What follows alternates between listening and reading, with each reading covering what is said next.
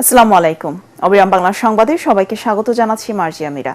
শুরুতেই বিআরবি কেবল সংবাদ শিরোনাম।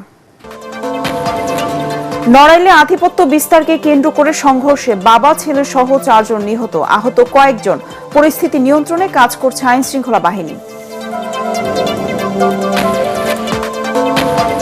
26শে ফেব্রুয়ারি অমর 21শে বইমেলা উদ্বোধন ও 21শে পদক দেবেন তারেক রহমান। বইমেলায় প্রকাশনা প্রতিষ্ঠানগুলোর স্টল ভাড়া সম্পূর্ণ মওকুফ করেছে সরকার। কর্মমুখী শিক্ষার উপর গুরুত্ব দিয়ে কারিকুলাম ঢেলে সাজানোর পরিকল্পনা করছে নতুন সরকার। এটিএন বাংলার আলোচনা অনুষ্ঠানে শিক্ষা প্রতিমন্ত্রী ববি হাজ্জাজ। এবং বৈদ্যুতিক তার চুরিতে 1 বছর ধরে অন্ধকারে পিরোজপুরের বেকুটিয়া সেতু, বাড়ছে দুর্ঘটনা ও ছিনতাই আতঙ্ক।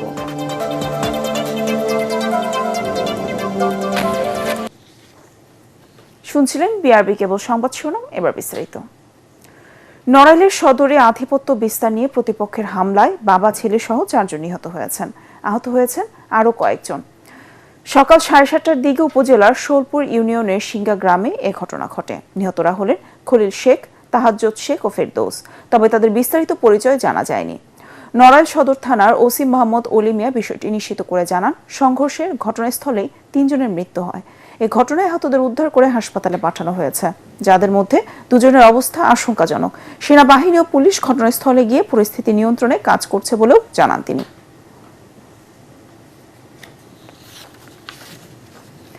আগামী 26শে ফেব্রুয়ারি অমর 21শে বইমেলার উদ্বোধন ও 21শে পদক প্রদান করবেন প্রধানমন্ত্রী তারেক রহমান। ওই দিন সকালে 21শে পদক দেবেন তিনি, আর বিকেলে বাংলা একাডেমি প্রাঙ্গণে অমর 21শে বইমেলা উদ্বোধন করবেন।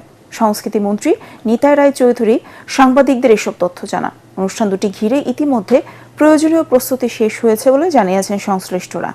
এদিকে বাংলা একাডেমির সচিব ডক্টর সেলিম রেজা জানান, এবারের বইমেলায় প্রকাশনা প্রতিষ্ঠানগুলোর স্টল ভাড়া সম্পূর্ণ মওকুফ করেছে সরকার। ত্রয়োদশ জাতীয় সংসদের প্রথম অধিবেশন বসবে 12ই মার্চ। প্রধানমন্ত্রী তারেক রহমানের পরামর্শে অধিবেশন আহ্বান করবেন রাষ্ট্রপতি মোহাম্মদ শাহাবুদ্দিন। সচিবালয়ে প্রধানমন্ত্রীর সাথে বৈঠক শেষে এসব তথ্য জানান স্বরাষ্ট্রমন্ত্রী সালাউদ্দিন আহমদ। তিনি বলেন, ওইদিন স্পিকার, ডেপুটি স্পিকার নির্বাচন করা হবে, তবে নতুন রাষ্ট্রপতি নির্বাচন নিয়ে এখনো কোনো আলোচনা হয়নি। রিপোর্টে জানাচ্ছেন মাহবুব কবির চপল। আমি আনন্দিত আমরা আজকে প্রায় 20 বছর পর ক্ষমতাসীন দল হিসেবে সংসদ অধিবেশনে যোগ দিতে যাচ্ছে বিএনপি।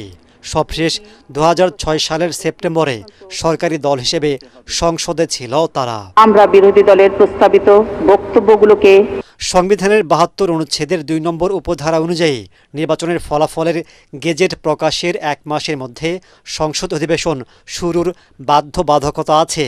সে অনুযায়ী 14 মার্চের মধ্যে অধিবেশন ডাকতে হবে। এ বিষয়ে সচিবালয়ে প্রধানমন্ত্রী তারেক রহমানের সাথে বৈঠক করেন সরকারের নীতি নির্ধারকরা। পরে স্বরাষ্ট্রমন্ত্রী সালাউদ্দিন আহমদ জানান, 12ই মার্চ প্রথম সংসদ অধিবেশনের জন্য প্রস্তুতি চলছে। রাষ্ট্রপতি অধিবেশন আহ্বানের যে প্রজ্ঞাপন, সেটা যেদিন সেশন হবে তার 15 দিন আগে কমপক্ষে প্রজ্ঞাপন করতে হয়। তো এই সামারিটা জাতীয় সংসদ সচিবালয় থেকে মাননীয় প্রধানমন্ত্রীর দপ্তর হয়ে রাষ্ট্রপতির কাছে যাবে। প্রধানমন্ত্রীর পরামর্শ ক্রমেই সংসদ অধিবেশন আহ্বান করবেন রাষ্ট্রপতি। সেটা নির্ধারণ হয়েছে 12 তারিখে মার্চের সংসদ অধিবেশন আহ্বান করা হবে। তিনি জানান, সংসদ অধিবেশন ডাকার দিনই স্পিকার, ডেপুটি স্পিকার নির্বাচন করা হবে। রাষ্ট্রপতি পরিবর্তন হবে কিনা সে বিষয়ে এখনো সিদ্ধান্ত হয়নি। সেই অধিবেশনে কি কি কর্মসূচি থাকবে, কার্যসূচি, অর্ডার অফ দি ডে, সে বিষয়ে আলোচনা হয়েছে। যেমন সেই অধিবেশনে স্পিকার, ডেপুটি স্পিকার নির্বাচিত হবে এবং ইন্টারিম গভর্নমেন্টের আমলে যে সমস্ত অধ্যাদেশ প্রণয়ন করা হয়েছে সেগুলো উপস্থাপন করা হবে। এদিকে হজরত শাহজালাল আন্তর্জাতিক বিমানবন্দরের 3rd টার্মিনালের অগ্রগতি জানতে বেসামরিক বিমান মন্ত্রী, প্রতিমন্ত্রী সহ সংশ্লিষ্টদের সাথে বৈঠক করেন প্রধানমন্ত্রী তারেক রহমান। পরে আপডেট জানান মন্ত্রী। কবে নাগাদ চালু হইতে পারে? কবে নাগাদ এটা তো বলা যাবে না, এটা তো এখন আজকে আলাপ আলোচনা হলো, ইনভেস্টিগেশন হবে কিভাবে এটাকে আমরা তাড়াতাড়ি করতে পারি। কেন চালু হতেছে না, এটা তো ইন্টারিম গভর্নমেন্টের সময় ছিল, ওই সময় প্রশ্নটা তখন করতে পারতেন। কিন্তু এখন হলো যে আমাদের মাননীয় প্রধানমন্ত্রী চেষ্টা করছে এটাকে যাতে সামনে চালু করা যায়, সে ব্যাপারে উনি চেষ্টা করবেন। এরপর আরও 3টি বৈঠকে অংশ নেন প্রধানমন্ত্রী। মাহবুব কবির চপল, এটিএন বাংলা, ঢাকা। মানহীন কারিকুলাম, ত্রিমুখী শিক্ষা, সার্টিফিকেট নির্ভরতা, অভিজ্ঞ শিক্ষকের অভাব, পাবলিক পরীক্ষার প্রশ্ন ফাঁস, পাশের হার বৃদ্ধি, প্রশাসনিক অব্যবস্থাপনা সহ নানা কারণে দেশের শিক্ষা ব্যবস্থা পিছিয়ে রয়েছে। এটিএন বাংলা ইস্পাহানি মির্জাপুর শুভরাত্রি অনুষ্ঠানে এমন মূল্যায়ন দিলেন শিক্ষা প্রতিমন্ত্রী ববি হাজ্জাজ। জানালেন, কর্মমুখী শিক্ষার উপর গুরুত্ব দিয়ে কারিকুলাম ঢেলে সাজানোর পরিকল্পনা করছে নতুন সরকার। অন্যদিকে এটিএন বাংলার বার্তা পরিচালক হাসান আহমেদ চৌধুরী কিরণ মনে করেন, জ্ঞান এবং প্রযুক্তি নির্ভরতা শিক্ষায় মানুষকে স্বাবলম্বী হিসেবে গড়ে তোলে। তহিদুর রহমান তুহির রিপোর্টে। কারিকুলাম, ত্রিমুখী শিক্ষা ব্যবস্থা, সার্টিফিকেট নির্ভরতা। একবিংশ শতাব্দীর চ্যালেঞ্জ মোকাবেলায় শুধু পুঁথিগত বিদ্যা নয়, বিশ্বজুড়ে দক্ষতার কদর বাড়ছে। এই বাস্তবতাকে পাশ কাটিয়ে এগোতে পারছে না বাংলাদেশ। সার্টিফিকেটধারী বেকারের সংখ্যা দিন দিন বেড়েই চলেছে। বেকারত্ব কমিয়ে আনতে বর্তমান সরকার এখন সবচেয়ে বেশি জোর দিচ্ছে কর্মমুখী শিক্ষায়। এটিএন বাংলায় ইস্পাহানি মির্জাপুর শুভরাত্রি অনুষ্ঠানে অংশ নিয়ে এসব কথা জানান শিক্ষা, প্রাথমিক ও গণশিক্ষা মন্ত্রণালয়ের প্রতিমন্ত্রী ববি হাজ্জাজ। সবচেয়ে গুরুত্বপূর্ণ আসলে আপনার ওই সেকেন্ডারি, হায়ার সেকেন্ডারি পর্যন্ত এডুকেশন। এরপর সবার যে পারসিউ করার দরকার আছে তাও না, আমাদের সায়েন্স ডিগ্রির প্রয়োজন, যারা কার্যকরী ইঞ্জিনিয়ার্সদের প্রয়োজন। আবার শুধু ডিগ্রি না, ডিগ্রি ছাড়াও আমাদের টেকনিশিয়ানসদের প্রয়োজন। ভোকেশনাল ট্রেনিং আরো বেশি ফোকাস করতে হবে, ইউনিভার্সিটির উপর চাপ কমাতে হবে। এটিএন বাংলার বার্তা পরিচালক হাসান আহমেদ চৌধুরী কিরণের সঞ্চালনায় অনুষ্ঠানে প্রতিমন্ত্রী জানান, দেশের বিদ্যমান কারিকুলাম ধীরে ধীরে আন্তর্জাতিক মানে উন্নত করার পরিকল্পনা রয়েছে নতুন সরকারের। 3Cs, কারিকুলাম, ক্লাসরুম, কনসিস্টেন্সি, এই 3টা জিনিস প্রয়োজন একটা শিক্ষা ব্যবস্থাকে সুন্দর করে গড়ে তুলবার জন্য। টেক্সট বুক, আপনার টিচারের ট্রেনিং, টিচারের এবিলিটি, ক্লাসরুমে অ্যাকচুয়ালি কি কি শেখানো হবে, এই সব কিছু তৈরি করে কিন্তু কারিকুলাম গ্লোবাল স্ট্যান্ডার্ডে আনতে হবে। সবাইকে ডিগ্রি নেওয়ার ধ্যান ধারণা চিন্তা সোভিয়েত পরিকল্পনা থেকে এসেছে জানিয়ে ববি হাজ্জাজ বলেন, উন্নত দেশ এই চিন্তা থেকে সরে আসলেও বাংলাদেশ এখনো পুরনো চিন্তায় পড়ে রয়েছে। 50-এর দশকে আমাদের ইন্টেলেকচুয়াল ক্লাসের ভিতরে একটা চিন্তাধারা আসে যে ইন্টেলেকচুয়াল ইজ এই যে কাগজে কলমে ইন্টেলেকচুয়াল। তাই বাংলাদেশের আপনার এডুকেশন সিস্টেম এখনো ওই 50 বছর পুরনো সোভিয়েত প্ল্যানিং বিশ্বাস করে। এইভাবে আমরা আগাতে পারবো না। এর জন্য বলছি মানে আমাদের বৃহত্তর চেঞ্জেস দরকার। শিক্ষার পাশাপাশি বিদেশে দক্ষ শ্রমিক পাঠানোর বিষয়ে নতুন সরকারের কার্যক্রম শুরু করার কথা জানান প্রতিমন্ত্রী। তবে এক্ষেত্রে ভাষা ও আন্তর্জাতিক স্বীকৃতিপ্রাপ্ত প্রতিষ্ঠান না থাকা বড় বাধা বলেও মনে করেন তিনি। অন্যদিকে এটিএন বাংলার বার্তা পরিচালক হাসান আহমেদ চৌধুরী কিরণ উন্নত বিশ্বের মতো নলেজ বেসড ও নিড বেসড শিক্ষা ব্যবস্থা গড়ে তোলার উপর গুরুত্ব দেন। বাংলাদেশকে আরো বেশি এগিয়ে নেবার জন্য যে কর্মমুখী শিক্ষা, আমাদের যে কারিগরি প্রশিক্ষণ, আমাদের যে বৈদেশিক আয়, প্রবাসী আয় বৃদ্ধি করবার জন্য আমাদেরকে আরো বেশি দক্ষ কর্মী, অতি দক্ষ কর্মী, প্রফেশনালস, নার্সেস, কেয়ার গিভার এই ধরনের কর্মীদেরকে বিদেশে প্রেরণ করলে আমরা যদি আমাদের প্রশিক্ষিত জনগোষ্ঠী তৈরি করতে পারি তাহলে কিন্তু আমরা আমাদের বাংলাদেশের যে প্রবাসী আয়, বৈদেশিক আয়কে আরো বেশি বৃদ্ধি করতে পারবো। তৌহিদুর রহমান তুহি, এটিএন বাংলা, ঢাকা। বাংলাদেশ সহ দক্ষিণ এশিয়ার দেশগুলোর সম্পর্কে তৃতীয় কোনো দেশের হস্তক্ষেপ মানবে না বেইজিং। নতুন সরকার পররাষ্ট্রমন্ত্রী ও প্রতিমন্ত্রীর সাথে সাক্ষাৎ শেষে এমন কঠোর বার্তা দিয়েছেন চীনা রাষ্ট্রদূত। অন্যদিকে গণতান্ত্রিক বাংলাদেশ গড়তে এবং দুদেশের জনগণের কল্যাণে নতুন সরকারের সাথে ভারত ইতিবাচকভাবে কাজ করবে বলে জানিয়েছেন দেশটির হাইকমিশনার প্রণয় ভার্মা। সাজ্জাদ জাহানের রিপোর্ট। তারেক রহমানের নেতৃত্বে নতুন সরকার গঠনের পর এই প্রথম একই দিনে প্রতিবেশী সহ গুরুত্বপূর্ণ কয়েক দেশের হাইকমিশনার ও রাষ্ট্রদূতরা আসেন পররাষ্ট্র মন্ত্রণালয়ে। রোববার পররাষ্ট্র মন্ত্রণালয়ে আসেন বাংলাদেশে নিযুক্ত চীনা রাষ্ট্রদূত ইয়াও ওয়েন। পররাষ্ট্রমন্ত্রী ডক্টর খলিলুর রহমান ও প্রতিমন্ত্রী শামা ওবায়েদের সাথে বৈঠক শেষে বলেন, তিস্তা চুক্তির বিষয়ে প্রস্তুত তার দেশ। এ সময় প্রধানমন্ত্রী তারেক রহমানকে চীন সফরের আমন্ত্রণও জানান তিনি। চীন প্রতিটি দেশের সার্বভৌমত্বের প্রতি শ্রদ্ধাশীল। বাংলাদেশ সহ দক্ষিণ এশিয়ার দেশগুলোতে দ্বিপক্ষীয় সম্পর্কের ক্ষেত্রে তৃতীয় পক্ষের কোনো হস্তক্ষেপ চায় না চীন। for any third party and should not be affected by any foreign force. বিকেলে আসেন ভারতীয় হাই কমিশনার প্রণয় বার্মা। সৌজন্য সাক্ষাৎ শেষে জানান, দ্বিপাক্ষীয় সম্পর্ক জোরদারে দুদেশের জনগণের স্বার্থ ও পারস্পরিক শ্রদ্ধাকে প্রাধান্য দিচ্ছে Delhi. Our people-centric cooperation in all domains. গণতান্ত্রিক বাংলাদেশ গড়তে এবং দুদেশের মানুষের কল্যাণে নতুন সরকারের সাথে ইতিবাচকভাবে কাজ করতে চায় Bharat. Mutual benefit and mutual interest. এদিন সাক্ষাৎ করতে পররাষ্ট্র মন্ত্রণালয়ে আসেন পাকিস্তানের হাইকমিশনার ইমরান হায়দারও। তবে গণমাধ্যমের কাছে কোনো মন্তব্য করেননি তিনি। সাজ্জাদ জাহান, এটিএন বাংলা, ঢাকা। পিরোজপুরের বেকুটিয়া সেতুর একাংশ 1 বছর ধরে অন্ধকারে ডুবে আছে। 750 মিটার বৈদ্যুতিক তার চুরি হওয়ার পর থেকেই সন্ধ্যার পর ঝুঁকি নিয়ে চলাচল করছে যানবাহন ও পথচারীরা। স্থানীয়দের অভিযোগ, দীর্ঘদিনেও সমস্যা সমাধান হয়নি। এতে বাড়ছে দুর্ঘটনা, ছিনতাই ও অপরাধের আশঙ্কা। পিরোজপুর থেকে শফিকুল ইসলাম মিলনের পাঠানো তথ্য ছবি নিয়ে রিপোর্ট আরও জানাচ্ছেন আশিকুর রহমান। খুলনা বরিশাল মহাসড়কের গুরুত্বপূর্ণ সংযোগস্থল অষ্টম বাংলাদেশ চীন মৈত্রী সেতু, স্থানীয়ভাবে যা পরিচিত বেকুটিয়া সেতু। 2022 সালে উদ্বোধনের পর থেকে এটি বেনাপোল, খুলনা, বরিশাল, কুয়াকাটা রুটের অন্যতম ব্যস্ত সেতু। তবে বছরখানিক আগে সেতুর কাউখালী প্রান্তের 750 মিটার বৈদ্যুতিক তার চুরি হয়ে যায়।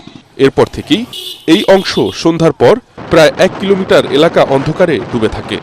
এতে দুর্ঘটনার ঝুঁকিতে পড়ছে যানবাহন, এমনকি রাত গভীর হলে চলে মাদক বেচাকেনা। আগে লাইট টাইট ছিল, এখানে নামতে উঠতে নামতে ভালো হতো, মহিলারা থাকে। এখন লাইট টাইট নাই, কিছু সমস্যা আমাদের নামতে। এখানে পড়ে গেলে দেখা যায় অনেক ধরনের ক্ষতি হতে পারে এবং সবথেকে বড় সমস্যা হচ্ছে নিরাপত্তা। বড় একটা গাড়ি যদি লাইট করে আমাদের লাইটের উপর, তখন কিন্তু কিছু দেখায় না।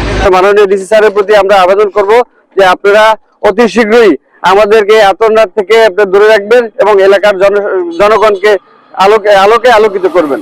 পিরোজপুর সড়ক ও জনপথ বিভাগ জানিয়েছে, এরই মধ্যে সমস্যার বিষয়টি ঊর্ধ্বতন কর্তৃপক্ষকে জানানো হয়েছে। প্রধান প্রকৌশলী সড়ক ও জনপথ অধিদপ্তর বরাবর পত্র প্রেরণ করেছি। প্রধান প্রকৌশলী মহোদয়ের কাছ থেকে প্রশাসনিক অনুমোদন এবং বরাদ্দ পাওয়া সাপেক্ষে পল্লী বিদ্যুতের সহযোগিতায় ল্যাব বৈদ্যুতিক সংযোগটি পুনর্স্থাপন করা সম্ভব হবে। দ্রুত সমস্যার সমাধান করে দুর্ভোগ কমানোর দাবি স্থানীয়দের। Bureau report, ATN Bangla. 14 এপ্রিলের আগে বগুড়া 6 ও শেরপুর 3 আসনের উপনির্বাচন অনুষ্ঠিত হবে বলে জানিয়েছে নির্বাচন কমিশন। বিএনপি চেয়ারম্যান তারেক রহমান ছেড়ে দেয়ায় বগুড়া 6 আসনটি শূন্য হয়। অন্যদিকে জামায়াতের প্রার্থী নুরুজ্জামান বাদলের মৃত্যুতে স্থগিত হয় শেরপুর 3 আসনের নির্বাচন। এই 2 আসনের উপনির্বাচনের তফসিল ঘোষণা করবে নির্বাচন কমিশন।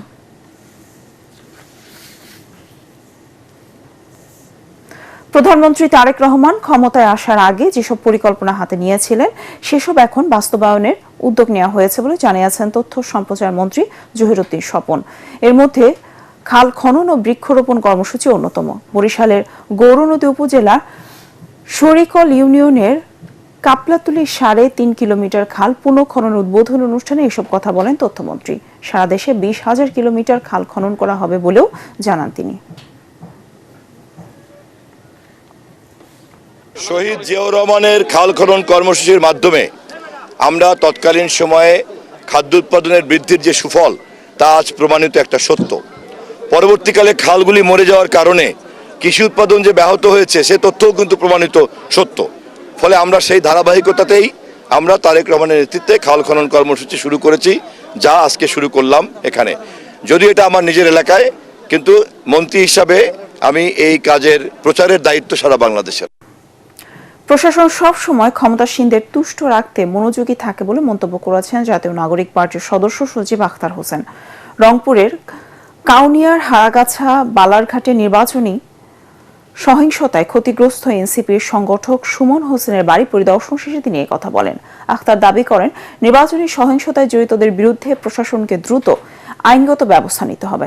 এছাড়া তিনি অভিযোগ করেন, একদিকে বিএনপি ফ্যামিলি কার্ড দেওয়ার কথা বলছে, অন্যদিকে তাদের সন্ত্রাসীরা সাধারণ মানুষের বাড়িতে হামলা ও লুটপাট করছে।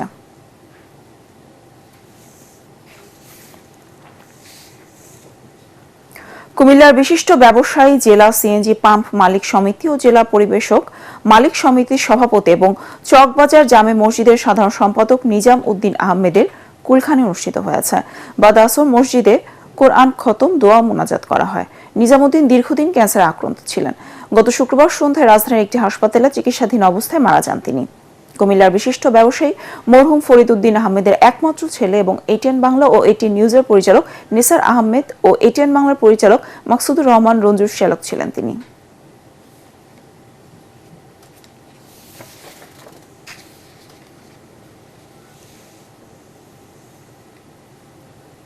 এবার সন্ধানে লাইফ ইন্স্যুরেন্স আন্তর্জাতিক সংবাদ।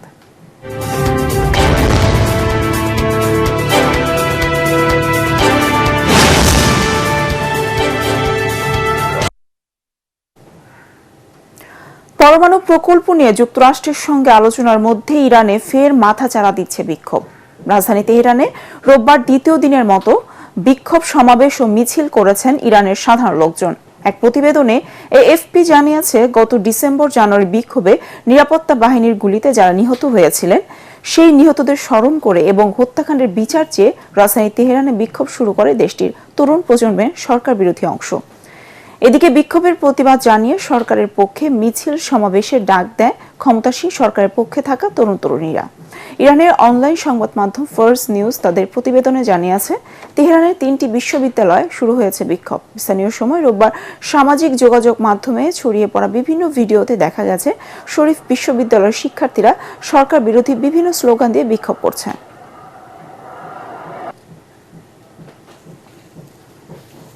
এবার খেলার খবর।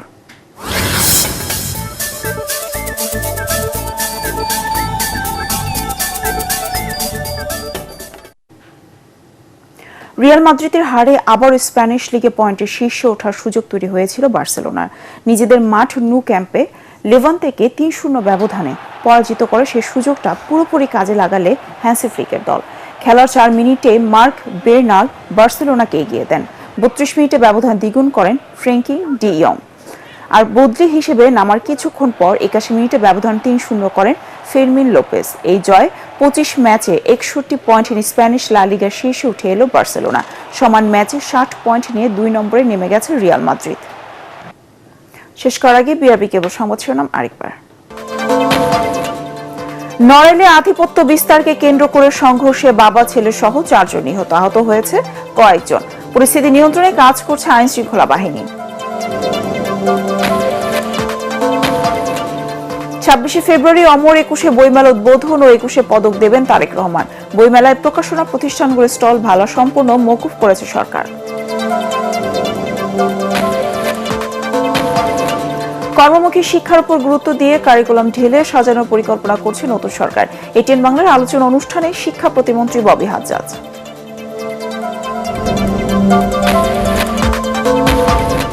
এবং বৈদ্যুতিক তার চুরিতে 1 বছর ধরে অন্ধকারে পিরোজপুরের বেকুটিয়া সেতু, বাড়ছে দুর্ঘটনা ও ছিনতাই আতঙ্ক।